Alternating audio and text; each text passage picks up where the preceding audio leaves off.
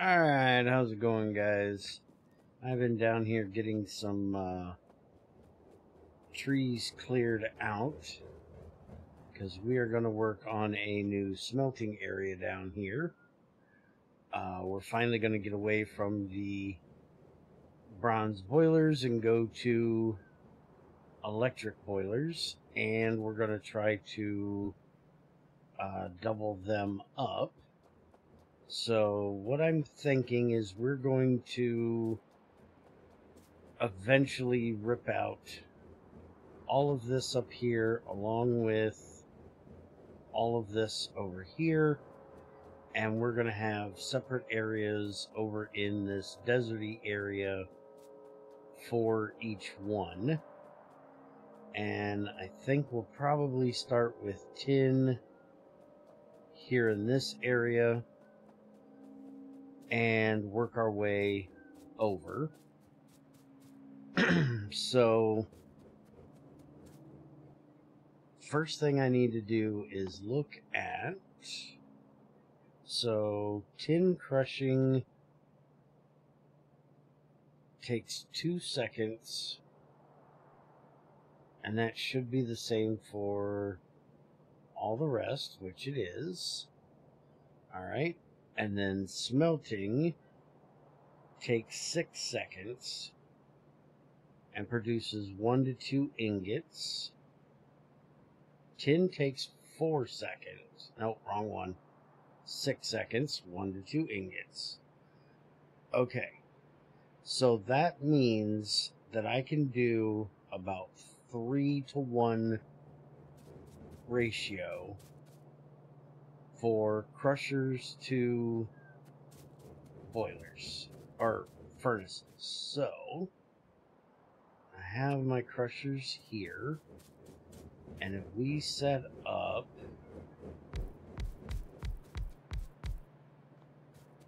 three, 4, 5, 6, 7, let's get 8.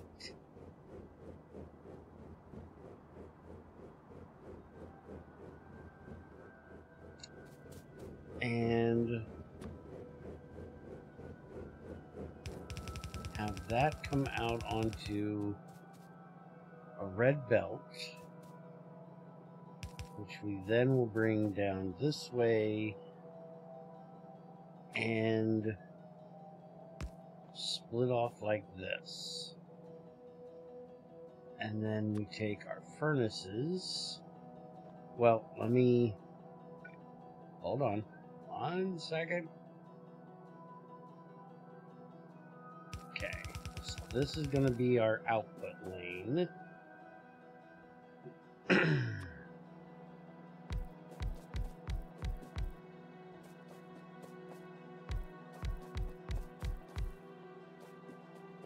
it gives us room for outputs. And then we should be able to use some of these up.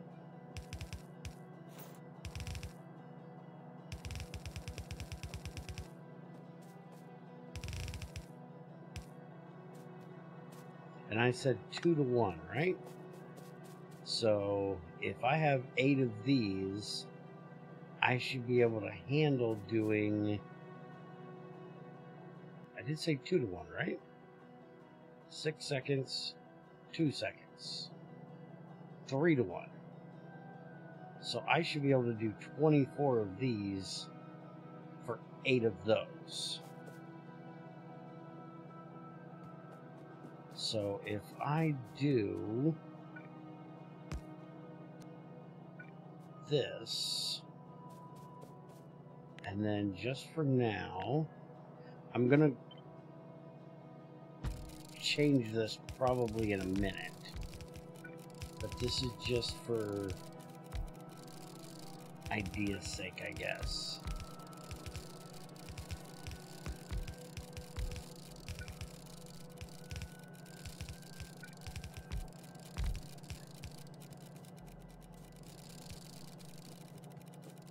We're going to go with 2 for the moment, because I think I can do more downwards.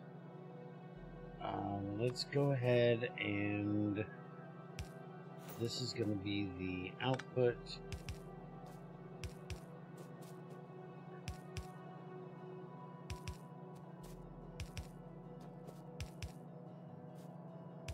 This will be the input.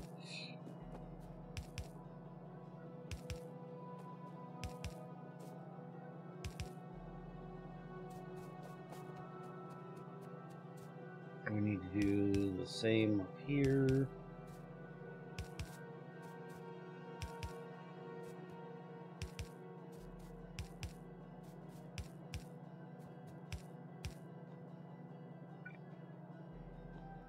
I don't think I'm going to need a red belt for that.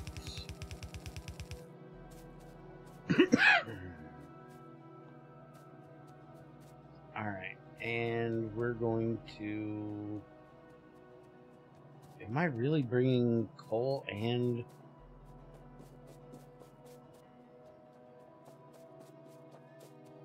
No, I'm just blind. Okay. There's no coal at all on that line. Okay.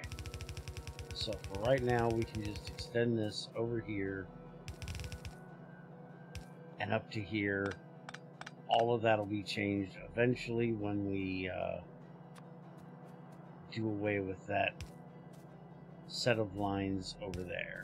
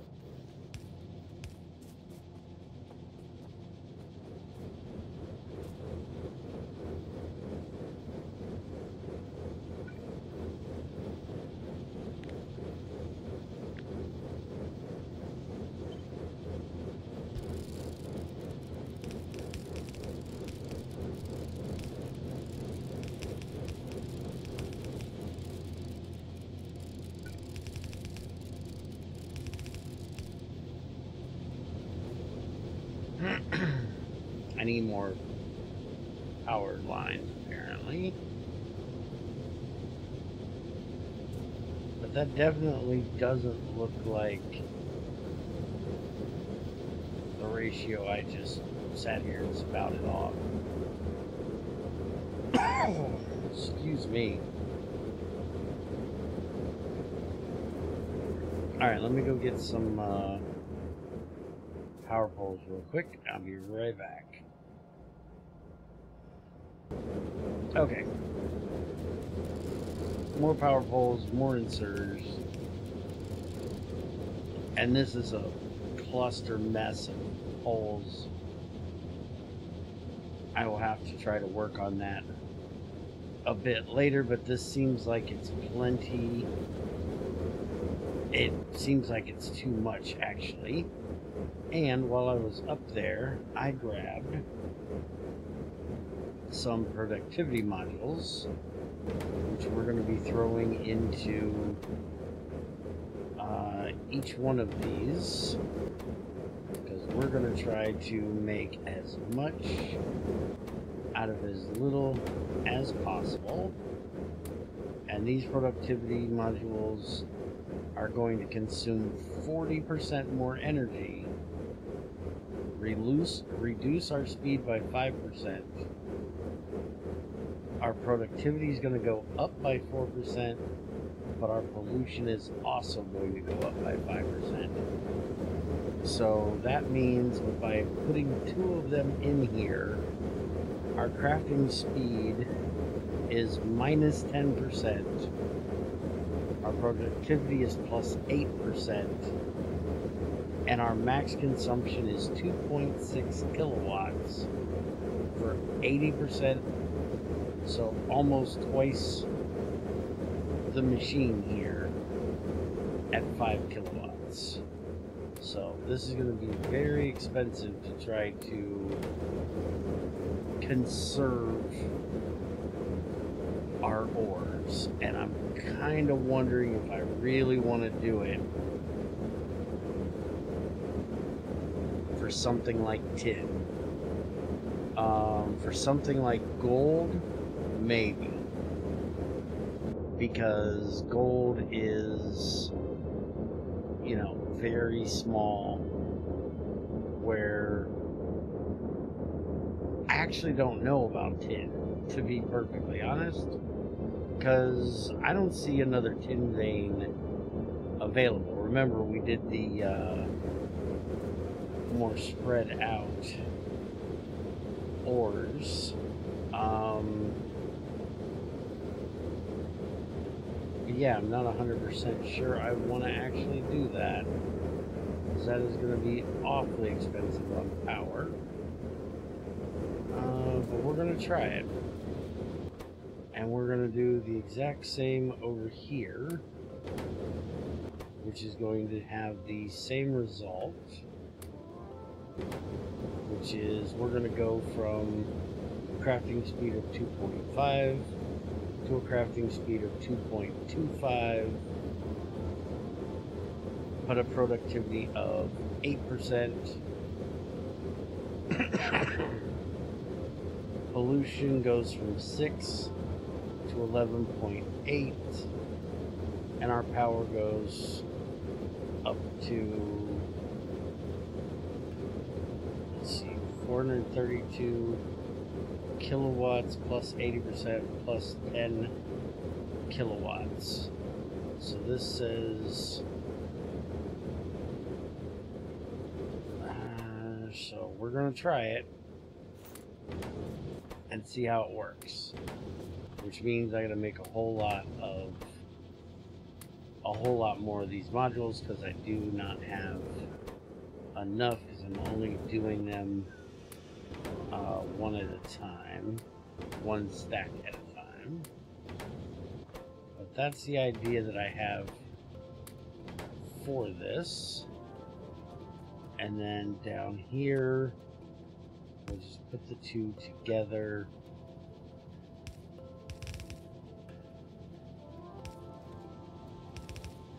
Like this.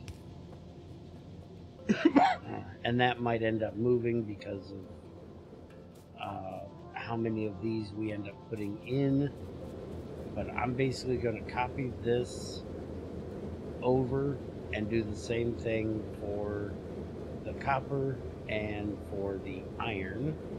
The iron will obviously have 2, if not 3 of these. I'm not 100% sure, but I'm guessing we're not going to need a whole lot more than this for tin, unless there's something later on that we're going to need tin for. But I think what we're going to do is we're going to try to layer these a little bit. So I'm going to get rid of the trees here, and then we're going to paste the second one in right below, a little bit lower, just in case we want to put more furnaces in. But I think we're going to go about here. Let me make sure it's straight here. So I'm going to go about right there, and I'll have them take out all these trees.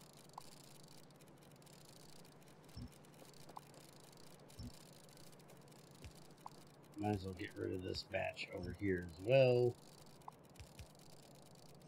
All the way down through. We'll just deforest all of this. And then this will end up being the copper here.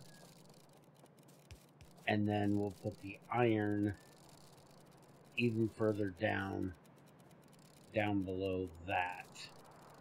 And then alloys, we're probably going to put more out into this area, I'm guessing. So give me a little bit. Let me get these guys to work. Get these trees out of here. Get the copper and the tin changed over, or the copper and the iron changed over. And I'll be back with you. And we'll start on steel.